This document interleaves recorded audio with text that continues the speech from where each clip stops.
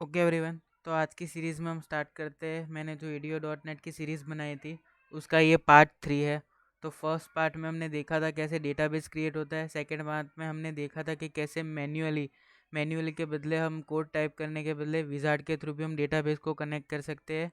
और उसके बाद हमने स्टार्ट किया था कि कैसे हम मैन्युअली कोड को टाइप करके भी हम डिफरेंट टाइप के परफॉर्मेंस या फिर डिफरेंट टाइप के जो टास्क होते हैं वो भी हम कर सकते हैं।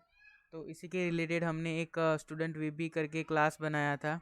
सो बेसिकली इसमें मैंने सेकेंड वीडियो में आपको बताया था कि कैसे आपको ये सारी चीज़ें करनी है, कैसे आपको डिक्लेयर करना है, इसका यूज़ क्या है, ये सारी चीज़ें हमने बताई थी। लेकिन उससे पहले मैंने जो फर्स्ट वीडियो बनाया था जिसके अंदर मैंने आपको दिखाया था कि कैसे डेटाबेस को क्रिएट करना है, तो वहाँ पे मेरे से एक मिस्टेक हो गई थी। वो मिस्टेक ये थी कि जब हम डेटाबेस के साथ रिलेशन क्रिएट करते हैं तो वहाँ पे आपको ये जो 3 चेक बॉक्स आपको दिख रहे हैं उसको क्लिक नहीं करना था। वो मुझसे आपको समझाने के लिए मैंने वहाँ पे क्लिक कर दिया और मैं बाद में भूल गया था कि उसको रिमूव करना है। तो उसी वजह से वहाँ पे थोड़ी सी प्रॉब्लम हो गई थी और बाद में मुझे दिखाई दिया तो मैंने उसके रिलेटेड एक वीडियो भी पोस्ट किया था। ओके, तो आप अगर आप कर रहे हो तो आगे जाके एरर आएगी, इसलिए अगर आपको पता चल गया तो आप उसको रिमूव करके न्यू ही डेटाबेस क्रिएट कर देना।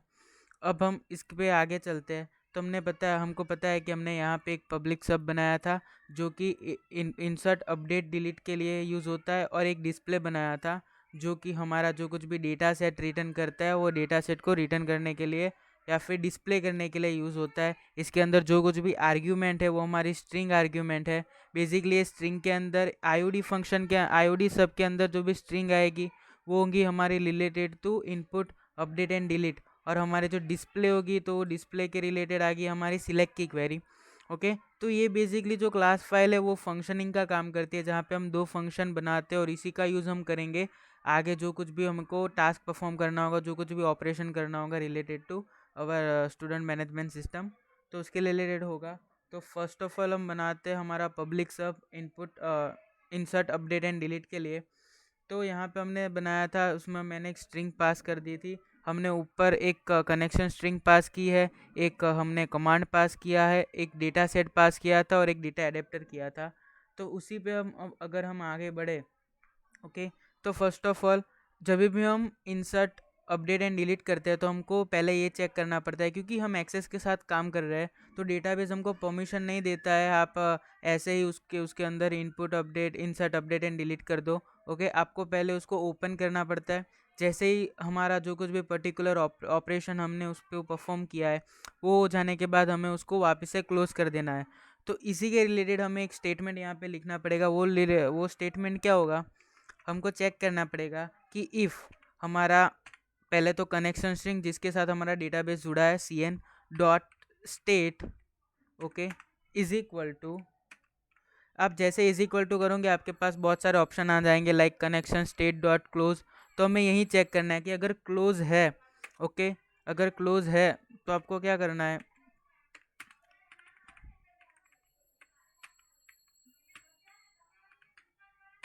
देन अगर क्लोज होता है तो बेसिकली हमें उसको ओपन कर देना है। तो cn डॉट ओपन, ओके, तो यहाँ पे अभी हमारा डेटाबेस अगर क्लोज होगा तो ओपन हो जाएगा, और ओपन होगा तो फिर वो ओपन ही रहने वाला है। ओके, तो ये जाने के बाद हमको क्या करना है, अब हमें उसके अंदर एक हमारा कमांड पास करना है। अब इंसर्ट अपडेट डिलीट के लिए हम क्या डालेंगे, उसके रिगार्डिंग हमारी क्वेरी होंगी, तो उस क्वेरी को हमें कमांड के थ्रू डालना है। तो हमने यहाँ पे cm करके उसका OLEDB का कमांड का हमने एक ऑब्जेक्ट क्रिएट किया है, तो उसी का यूज़ करना है। cm is equal to new, sorry,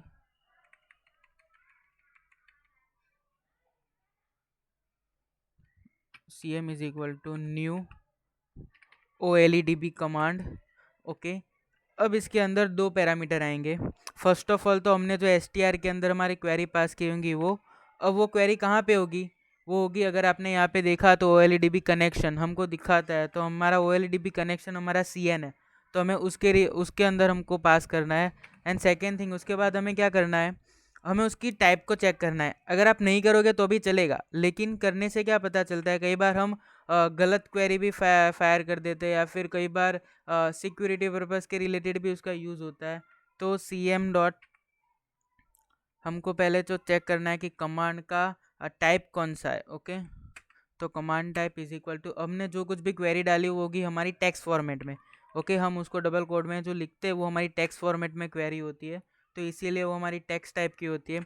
अब cm dot execute non query, इसका काम क्या होता है? बेसिकली इसका काम ये होता है कि हमारी क्वेरी को वो एग्जीक्यूट करता है। ओके, अगर आपकी क्वेरी में कुछ भी प्रॉब्लम होगी तो यहाँ पे आपको एरर दिखाएगा। तो अगर आपको आगे जाके एरर आती है, इसके ऊपर पर्टिकुलर एरर आती है, आपका प्रोग्राम यहाँ पे आके रुक जाता है, तो मतलब आपने जो कुछ भी क्वेरी इंसर्ट की होगी या फिर अपडेट की या फिर डिलीट की, तो उसमें कुछ प्रॉब्लम है। ओके, अब मैंने ये सारा परफॉर्म कर लिया, अब मुझे उसको सिंपली क्लोज कर देना है। ओके, तो यहाँ पे हमने पहले तो डेटाबेस को ओपन किया, उसके बाद उस cm के थ्रू हमने उसको हमारा कमांड यानी क्वेरी डाली, उसका ऑब्जेक्ट बनाया, उसके बाद हमने उसके अंदर उसकी टाइप को चेक किया जो कि टेक्स्ट है, उसके बाद नॉन क्वेरी की, उसके बाद हमने उसको क्लोज कर दिया। अब बारी आती है फंक्शन की। तो फंक्शन हमको पता है हमको रिटर्न करता है, हम रीड करते हैं। अब कोई भी डेटाबेस होती है उसकी एक वो हमें रीड करने की परमिशन तो देता है, उसके लिए हमको डेटाबेस को ओपन करने या क्लोज करने की ज़रूरत नहीं होती है। ओके, आपको रीडिंग फॉर्मेट तो आपको इनेबल ही मिलता है, तो इसीलिए यहाँ पे हमको डेटाबेस को ओपन करने की ज़रूरत नहीं है। तो इसके लिए हमको क्या करना है, हमने बताया था हमारा डेटा एडेप्टर एक, क्योंकि डेटा एडेप्टर का काम क्या होता है, डेटा एडेप्टर बेसिकली ब्रिज का काम करता है, जो कि हमारे डेटाबेस जो कि हार्ड ड्राइव के अंदर है और डेटा सेट जो कि मेमोरी है। ओके, तो वो हमारे डेटाबेस के अंदर से रिकॉर्ड लाके हमारे डेटा सेट में फिल करता है, तो इसीलिए हम यहाँ पे डेटा एडेप्टर का यूज़ करते हैं। अब डेटा एडेप्टर ले जाने के बाद हमें न्यू OLEDB डेटा एडेप्टर का मैंने यहाँ बुला दिया, सेम एज वहाँ पे हम कमांड का यूज़ करते हैं। ओके, और यहाँ पे मैं डेटा एडेप्टर का यूज़ करता हूँ NCN। अब द सेकेंड थिंग हमको क्या करनी है, हमको सेकेंड थिंग करनी है रिलेटेड टू अवर DS। अब मेरे डेटा एडेप्टर के पास क्या है, मेरी सिलेक्ट की क्वेरी है। ओके, अब मेरे डेटा सेट के अंदर मैंने बहुत बहुत बार अपना, ये तो हम फर्स्ट टाइम कर, लेकिन हम कई बार डिफरेंट डिफरेंट टाइप के क्वेरी पास करते हैं डिस्प्ले के रिलेटेड, तो कई बार उसके टेबल को हमें क्लियर करना पड़ता है ताकि हमारी जो कुछ भी न्यू क्वेरी है वो विदाउट एनी गार्बेज वैल्यू के हो। ओके, तो इसके लिए हमें DS dot tables dot clear करके, पहले तो हमारे, अब डेटा सेट में एक ही टेबल नहीं होता। ओके, बहुत सारे टेबल होते हैं, तो हमको डिफाइन करना पड़ेगा कि भाई DS के अंदर टेबल्स को आप क्लियर कर दो। अब हमें क्या करना है, डेटा एडेप्टर के जिसके अंदर हमारी क्वेरी है डॉट, उसको फिल कर देना है। किसको? डेटा सेट को फिल करना है। डेटा एडेप्टर के अंदर हमारी क्वेरी है, उसको फिल कर देना है। किसको? DS को फिल कर देना है। तो यहाँ पे फिल का ये यूज़ होता है। ओके, अब मेरे डेटा सेट के अंदर मेरी जो कुछ भी क्वेरी थी वो रिलेटेड आ गई, अब मुझे उसको सिर्फ रिटर्न कर देना है। ओके, रिटर्न और DS।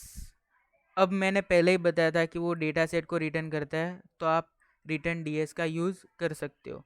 ओके, तो रिगार्डिंग हमने ये देखा, तो आज पार्ट 3 में हमने यही देखा कि हम कैसे इस सारे फंक्शन को, मैंने इसके अंदर स्टेटमेंट पास किए, इसका यूज़ क्या है। अब नेक्स्ट वीडियो में हम ये देखेंगे कि इसकी डिज़ाइन को कैसे बनाना है, और उसके आने वाले वीडियो में हम आगे आगे देखते जाएंगे कि किस तरह से हम पूरे एक स्टूडेंट मैनेजमेंट सिस्टम को थ्रू द कोडिंग हम करते हैं। ओके, अगर आपको कुछ भी समझ में ना आए तो आप कमेंट बॉक्स में बता सकते हैं मुझे, और अगर आपको अच्छा लगे और आपको लगता है कि आपके लिए बहुत यूज़फुल है तो प्लीज़ लाइक कर देना और चैनल को सब्सक्राइब कर देना। Okay, thank you.